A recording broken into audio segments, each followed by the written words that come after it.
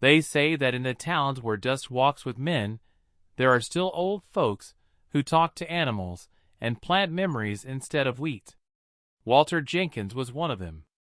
A widower for over a decade, he lived alone on his small farm on the edge of the Oklahoma plains, accompanied only by an old mule, a few chickens, and a skinny, ragged rooster everyone mockingly called Lucky. To the rest of the world, his farm was just a forgotten patch of dirt, but to Walter, it was everything. Every morning before the sun broke the horizon, Walter would step out to the coop in his patched-up shirt and tilted hat. He fed his animals like they were part of his bloodline, then sat on a worn bench to gaze toward the hills. His grandkids, raised in the city, visited once in a while, always with a scowl, always talking about selling the place. "No one lives like this anymore, Grandpa. This land's worthless," they'd say. But he, calm as ever, would answer in a quiet voice, "What's old to you is living history to me." No one knew that the limp, silent rooster carried in his worn feathers a lost bloodline, a genetic jewel the country had forgotten. And even less could they imagine that this dry, mock patch of land would soon become a symbol of dignity and national pride. This is the story of a man faithful to his roots, and of a rooster nobody wanted, who rose in song to avenge every insult with pride. Hello my friends, I'm Roger, your storyteller from the Country Life Rural Stories channel. Leave your like and subscribe to the channel. Our story today is The Rooster Nobody Wanted, the redemption of Farmer Walter's coop. The sun hadn't yet broken over the Oklahoma hills when Walter Jenkins unlatched the rusted door of the chicken coop. The hinges creaked like tired old bones. The hens, still half asleep, stirred lazily among the straw. But Walter's eyes went straight to the dark corner of the coop. There, curled up on an old pile of burlap, was Lucky, his oldest rooster, feathers ruffled, eyes dull. Walter crouched beside him and whispered, "Come on now, Lucky. It ain't time to give up just yet." Lucky didn't crow like he used to. Once, his call had rung out across the fields at sunrise like a church bell. Now it was little more than a rasp. But to Walter, that sound still echoed through the years, to the days when his wife Annie was alive, when the barn was full of animals, and the porch echoed with laughter. Every morning, he cradled Lucky in his weathered hands, spoke to him like an old friend, and gave him the first handful of feed. "You're not just any rooster," he'd say. "You're the heartbeat of this place." That day, the wind carried something different, dry, uneasy. It kicked up the dust across the fields and rustled the cottonwoods with a strange hush. Walter felt it in his bones, that something was ending. He sat on the porch bench, same one he'd built 50 years ago, and stared at Lucky. "You're gonna crow tomorrow, old boy. I just know it." Later that afternoon, a white pickup pulled up the dirt road. His grandsons, Tyler and Clay, stepped out, blasting music from their phones, laughter loud, caps turned backward. "You still got that half-dead rooster, Grandpa?" Tyler chuckled, kicking up dirt with his boots. "This place looks like a museum," Clay added, filming a video for social media. "You really should sell. You could live easy in town." Walter didn't respond. He just ran a hand over Lucky's head and sighed. After supper, the tone shifted. The boys pulled out some paperwork. "We talked to a real estate agent, Grandpa. This land's worth more as a subdivision than a farm. If you sign, you'll have enough cash to relax in a nice place, with air conditioning and everything." Walter's jaw tightened. He looked around, at the cracked soil, the aging coop, the fence posts leaning like tired sentinels. "To you, this is just dirt," he said firmly. "To me, it's memory." The grandsons pressed harder. "No one lives like this anymore. It's time to move on. The animals are a burden. You don't have to lift a finger, just sign." Walter shook his head slowly. I dug every inch of this land with these hands.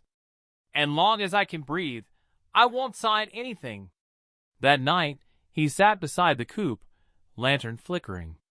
He spoke to Lucky like the bird could understand every word. Seems like no one believes in us anymore, old friend. But if you've got just one crow left in you, let it out tomorrow. Let the world hear you, just once more.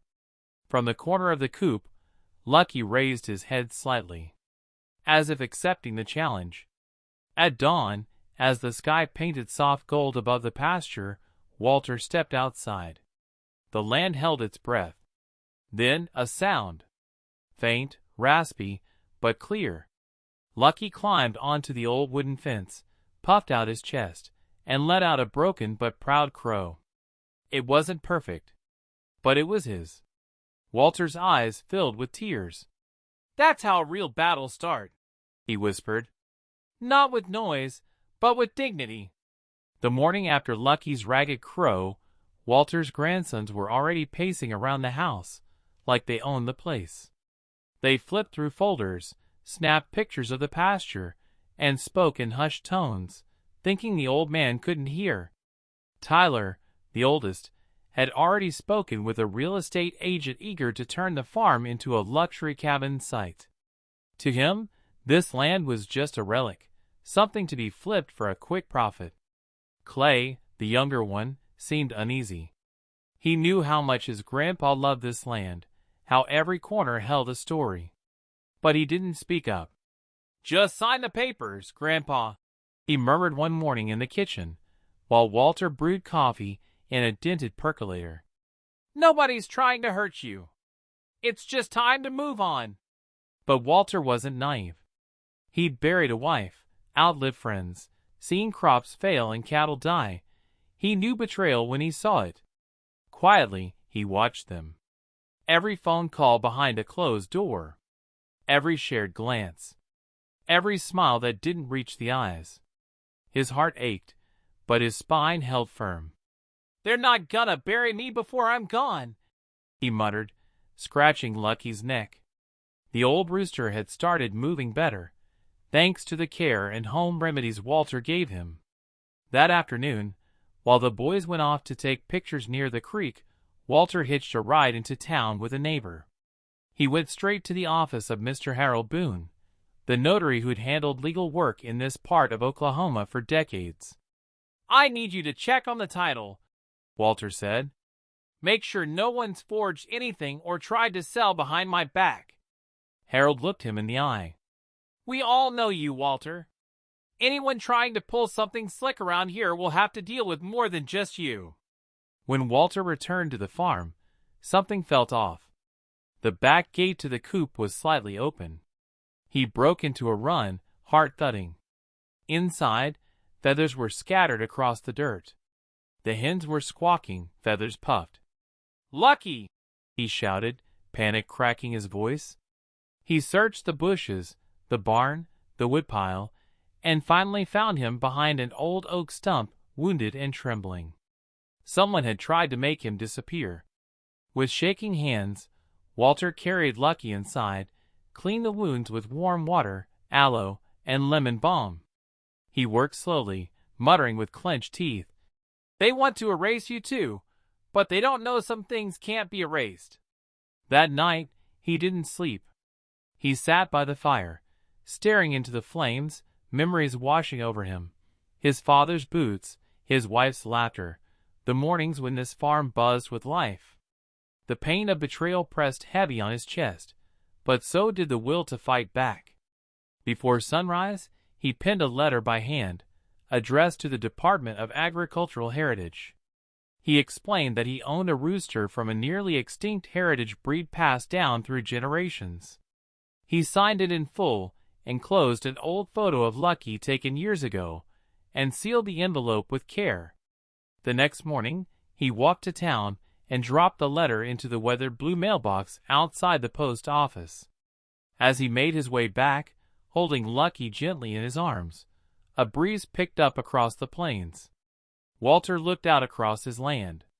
The pain hadn't vanished, but now it had a purpose. That scrawny rooster wasn't just an animal anymore. He was a flag. And Walter? He was done being quiet. 3 days after mailing the letter, Walter slipped back into his routine. The wounds on Lucky's body had begun to heal. Though he still didn't crow, the old rooster stood taller now, as if aware that something was shifting around him. Walter, too, had grown quieter, watching everything with the patient eyes of someone who had weathered many storms. Every step he took on that dusty yard was a quiet act of resistance.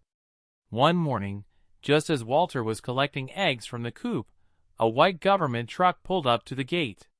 A tall, lean man with sun-darkened skin and a wide straw hat stepped out, holding a notebook under one arm. "Morning," the stranger said. "Name's Ray Martinez.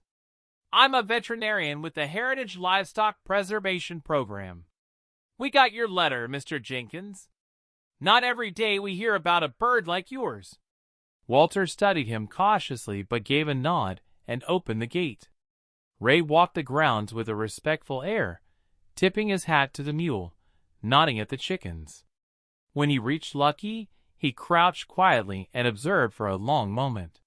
He studied the legs, the eyes, the comb, and the unusual sheen in the feathers. Then he pulled out his phone and took a few photos. "You know," Ray said, "this rooster's from a breed that's nearly vanished. I recognize the comb structure and plumage pattern. It matches one of the old Appalachian bloodlines. They used to raise these birds way back in the hills, but most folks forgot." Walter didn't say much, just smiled faintly and gave a slow nod. Ray went on to explain that only a handful of these birds were known to exist, scattered among small farms that no longer bred them. "This rooster's a genetic gem. Would you let us evaluate him officially? You might qualify for federal support, maybe even be part of a pilot program." From the house, Walter's grandsons had been watching through the window. The words federal support and program drew them out fast. Tyler came walking over, all smiles now. "So what kind of funding are we talking about here?" he asked, trying to look casual. "Could we register the land for expansion?" Ray's face hardened. "Support goes to the one who raised and protected the animal, not those looking to profit off it." Walter didn't speak, but the look in his eyes said everything. It was the kind of victory that didn't need noise, the quiet kind that settles deep in a man's bones. Ray jotted down more notes, took some soil samples, and promised to return with a full team. As he shook Walter's hand, he said, "This might be the start of something big. You and that rooster just gave us a reason to look again at what we've been losing." That night, Walter sat by the stove, the fire crackling low, Lucky resting peacefully in his lap. He gazed up through the window at the starry sky, not saying a word, but feeling something he hadn't felt in years, hope. Back inside the house, Tyler and Clay argued behind closed doors. They were scheming now, trying to figure out how to take control of the land, the program, the fame. But something had changed. Walter wasn't just an old man with a coop anymore. He had a story, and the nation was starting to listen. A week had passed since Ray's visit. The farm was still quiet, but the air held a charge, like something important was on the horizon. Lucky, though still slow, had regained his strength. He didn't crow, but he strutted through the dirt yard with the dignity of a bird who had survived more than most.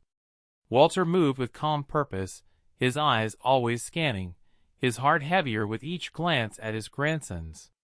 Tyler and Clay weren't hiding their frustration anymore. They saw Walter's sudden recognition as an obstacle. The farm they once called worthless now had value, and it wasn't in dollars. It was pride, heritage, respect, and none of it belonged to them. One night, while Walter slept in his rope hammock on the back porch, the two brothers stood in the darkened yard. "All this should be ours," Tyler muttered through gritted teeth. "He already lived his life. We could do a lot with that name and this story. Clay didn't reply. He looked over at Lucky, resting under the coop's slanted roof. His eyes flickered with doubt, but his brother's bitterness weighed heavier. A few days later, a stranger arrived in town. He said he represented a private firm interested in acquiring rare breeds for international breeding operations. He talked about money, overseas partnerships, and exclusive rights. Tyler found him first and showed him pictures of Lucky. The man's eyes lit up. "That rooster is worth more than you think," he said. "Secure him, and your share will be generous." The trap had been set. When Clay found out, he tried to reason with his brother. "You can't sell him. That rooster belongs to Grandpa. Everything here does." But Tyler had already crossed a line. "He won't live forever. When he's gone, we'll inherit this place anyway. Might as well get ahead of it." Clay lowered his head. He didn't have the strength to stop him. But deep down, something was breaking loose. Walter, meanwhile, watched everything. The hushed phone calls. The tense looks. The visitors who didn't stay long enough to be seen. He knew. His bones told him. His land told him. Then one warm afternoon, Ray returned, this time with official news. "The department approved the project," he said with a grin. "Your farm's being recognized as a genetic refuge. You and Lucky are now part of American agricultural history." Walter pulled him into a hug, eyes wet. "You just made sure my wife's work wasn't forgotten," he whispered. That night, the stars shimmered above the Oklahoma sky. Walter sat by the porch, Lucky asleep nearby. He didn't know that envy was already inside his fence, that danger came with a familiar face. But his gut told him this. The land that gives life also teaches how to defend it. The night fell heavy over the farm. Even the crickets went silent. Walter dozed in his rope hammock, the oil lamp long extinguished. His walking cane leaned gently against the doorframe. Outside, the wind whispered through the old pecan tree, rustling its brittle leaves like an old secret being told again. But something moved in the dark. Two figures crept across the yard, one tall and angry, the other unfamiliar, carrying a wooden crate and a wool blanket. It was Tyler, and the stranger from the breeding firm. "Just grab him quick," the man whispered. "No noise." Tyler opened the coop door with slow, practiced hands. Inside, Lucky slept with his head tucked beneath his wing, unaware of the betrayal coming. But someone was watching. Clay. He stood barefoot at the window, frozen in shock. And then, something inside him snapped. He burst through the screen door, sprinting into the yard. "Grandpa!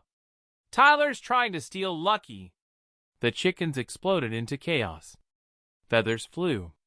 Dogs barked from the porch. Walter jolted awake and grabbed his cane. He hobbled fast toward the coop, rage in every step. "What the hell are you doing?" he roared, voice deeper than it had been in years. The buyer turned to run, but Clay stepped in front of him, shoving him hard. The crate hit the dirt empty. Lucky darted between booths, squawking wildly. Walter raised his cane, pointing it at Tyler like a rifle. "You'd sell the only thing that's been loyal in this house? Trade our legacy for cash?" Tyler couldn't answer. He hung his head and ran, disappearing into the night, the buyer trailing behind like a dog without a collar. Clay stood shaking in the moonlight. "I'm sorry, Grandpa. I should have said something earlier, but I was scared." Walter stared at him, eyes full of fire and disappointment. Then, slowly, he turned, knelt beside Lucky, and lifted him into his arms. There were no more words that night, only silence. A silence heavy with heartbreak and relief. Clay stayed up with Walter, feeding the stove and tending to Lucky, who trembled in his lap. "Not everything's lost," Walter murmured. "This coop spoke tonight. and the truth always finds its voice. The next morning, Ray returned, this time with a local news crew. They wanted to film a segment on the farm, on Lucky, and on the story behind the heritage bird that defied extinction. Walter agreed on one condition. "Clay speaks too," he said. "He's part of this land now, even if it took him time to remember." And so, under a pale Oklahoma sunrise, while the cameras rolled and Lucky paced proudly nearby, a quiet old farmer and his grandson sat side by side, promising each other, with no need for words, that they would never again betray the bird or the soil that raised them. The news segment aired on a quiet Sunday evening. Across Jefferson County, families gathered in living rooms with popcorn bowls and curiosity. The footage showed Walter's old farm, the sagging chicken coop, Lucky strutting with a slow but noble gait, and Clay speaking softly beside his grandfather.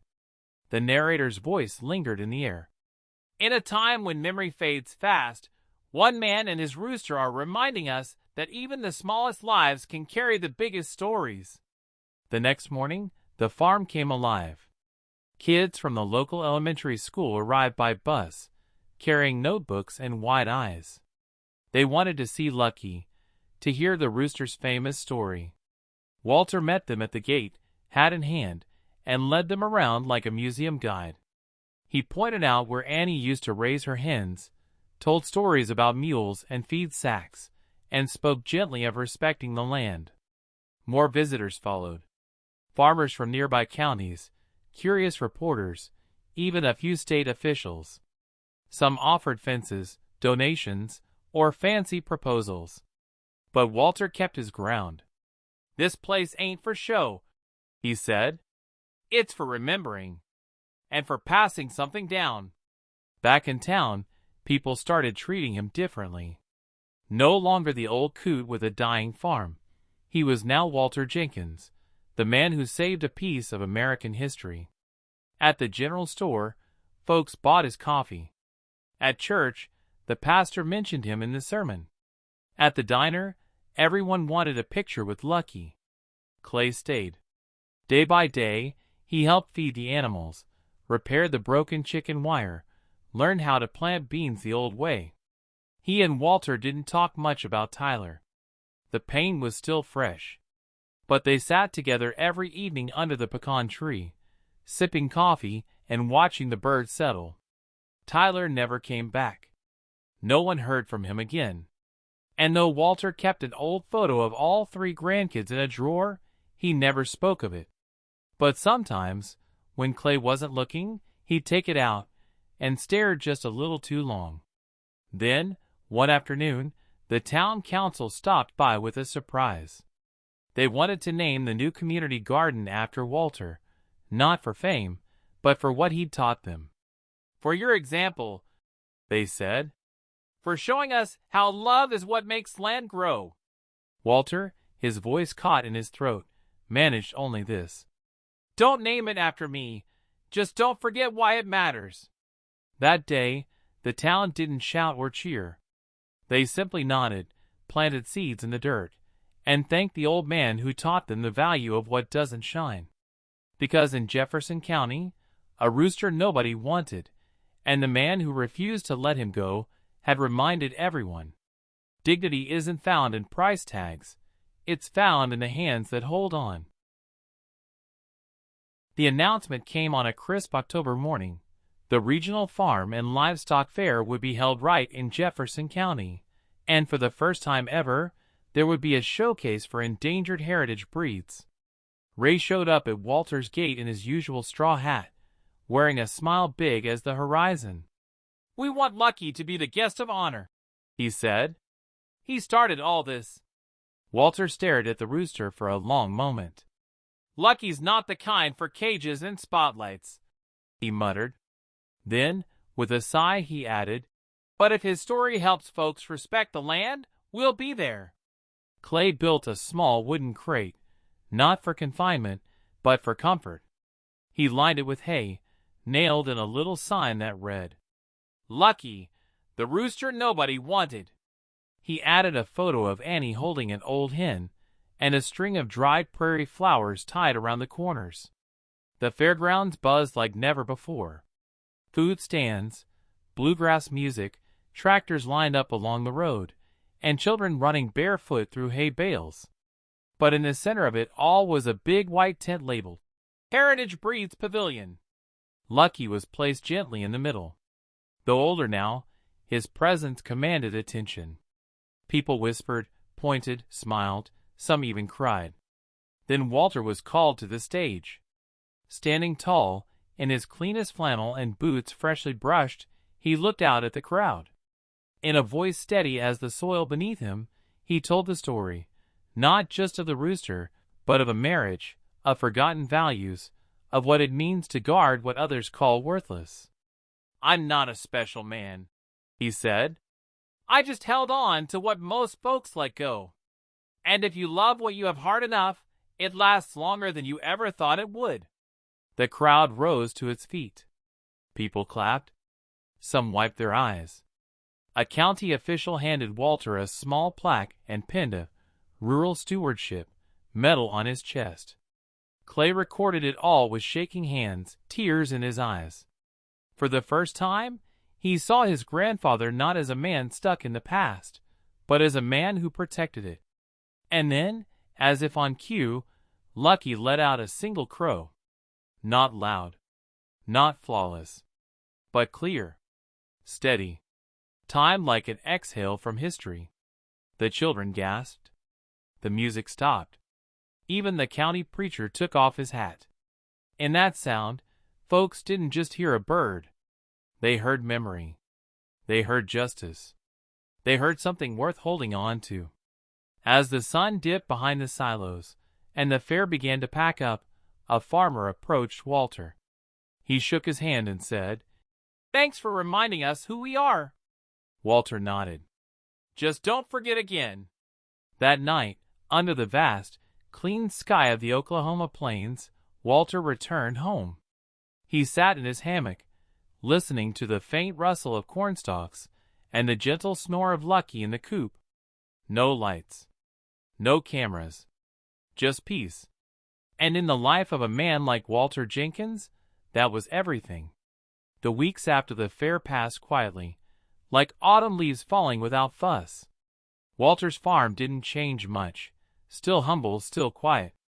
But now, cars slowed down as they passed.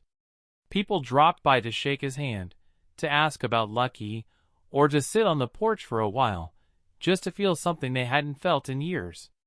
Students from nearby schools came to visit. Agricultural science majors, 4-H kids, church youth groups. They brought notebooks, cameras, and questions. Walter didn't give lectures. He offered stories. About Annie's apple pie, about the way a rooster learns his place, about how the dirt remembers things people forget. Clay had become a fixture. He rose at dawn, fed the animals, repaired the barn roof when it leaked. He listened more than he spoke. And every time he looked at his grandfather, he looked a little more like him, not in face, but in rhythm, in purpose. Lucky, though aged and slower, still wandered the yard with pride. He didn't need to crow anymore. His silence was enough. When he did let out a sound, it was soft, a whisper of a time when one crow had changed everything.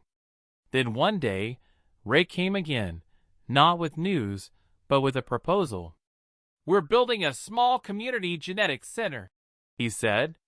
"We want to base it here. The government will help with supplies. We'll bring in students and experts. Clay could help manage it, if you're willing." Walter took a long look at his coop, then at the tree where he first buried Annie's wedding ring after she passed. He nodded slowly. "Just promise me it won't get noisy, and that no one forgets why it all started." Ray placed a hand on his shoulder. "That's the only reason we're doing it." Not long after, a letter arrived. It was from Tyler. There was no apology, not really. But there was a confession. He said things hadn't gone well. He'd lost money, made bad choices, and only now did he understand what his grandfather had tried to show them all. Walter read the letter once, folded it carefully, then placed it inside an old tin box, next to a photo of Annie and a single red feather. At least he remembered, he murmured. One gray morning, Lucky didn't leave his corner. Clay found him first. The rooster was lying still, wings tucked, eyes closed, like he had simply decided it was time. He called Walter. The old man came without a word. He knelt, picked up the rooster gently, and wrapped him in a white cloth. They buried him under the pecan tree, near the coop. No markers, just a wooden cross and a name carved into the wood. Lucky, the one who remembered. The yard was quiet that day. No wind. No squawks. No sound at all. But in that silence, something had taken root, a kind of peace. A kind of legacy. From then on, Clay rose before the sun each morning. There was no crow, but there was memory. And that was enough. Because sometimes, the ones nobody wanted are the ones who teach the world how not to give up. They say some animals are born to fight, others to sing, but a rare few are born to endure. Lucky wasn't strong. He wasn't flashy. His feathers were faded, his legs bent, and his crow cracked like old wood. But he carried something deeper than strength, something folks had forgotten. He carried memory. Walter never asked for attention. He didn't chase it. He just held fast to what mattered, like his father before him. While the world chased speed and shine, he clung to his coop, his kettle coffee, his animals with names. That quiet defiance, that love without conditions, is what changed everything. After Lucky passed, the farm didn't grow bigger, just fuller. Fuller with meaning. With people who listened. With soil that felt tended again. The wooden cross under the pecan tree became a place folks paused at, like a roadside chapel. Children left feathers there. Farmers left notes. A vet from Kansas mailed a jar of heirloom feed with a letter. For the rooster who taught us to wait. Clay kept the routine alive. He harvested a small plot, rebuilt the fencing, and wrote down everything Walter taught him. Every tale, every trick, every silence. One afternoon, while sorting through the drawer of old photos, he found the last feather Walter had saved. He placed it between the pages of a notebook titled, Things That Matter. Ray and the department finished building the genetics center. Modest, wood-framed, and wrapped in porch railings. Walter wouldn't allow anything more. It's not about buildings, he said. It's about not forgetting. Visitors still came, more now. Some wanted to learn, others just wanted to sit. Clay gave the tours. Walter watched from the porch. And when someone asked what Lucky had really meant, Clay would always say the same thing. He reminded us not to walk away from what loves us back. One evening, Clay found Walter asleep on the porch, hat tipped over his eyes, hands resting gently on a worn Bible and a faded photo of Annie. The wind was soft. The pecan leaves whispered. The chickens roost quietly. He didn't wake him. He just sat beside him, in silence. Because some moments don't need words. And some legacies speak loudest when no one's speaking at all. They say some stories are born in silence, not in headlines, nor in history books, but in the cracks of forgotten porches, in the breath of an old rooster's crow, in the stubborn footsteps of a man who refuses to let go of the soil that shaped him. Walter Jenkins never set out to change the world. He only wanted to protect a coop, a few hens, and a ragged old rooster the world laughed at. But in doing so, he protected something much larger, the idea that what's old isn't useless, and what's forgotten isn't gone. Lucky didn't win ribbons. He didn't fly high or shine bright. But his broken song, that single crow heard through morning mist, reminded a whole community of who they were. Not by shouting, but by enduring. And Walter, with his stitched shirts and quiet resolve, became more than a man on a farm. He became a keeper of memory, a voice for the voiceless, the last page in a book no one had finished reading. Today, in Jefferson County, folks still speak of that farm.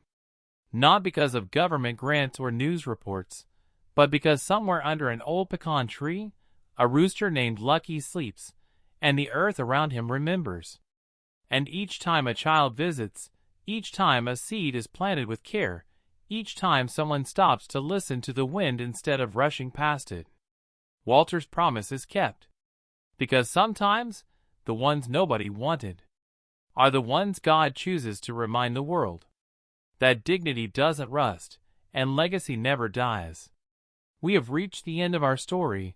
Leave your like, share, comment, and subscribe to the channel. See you next time.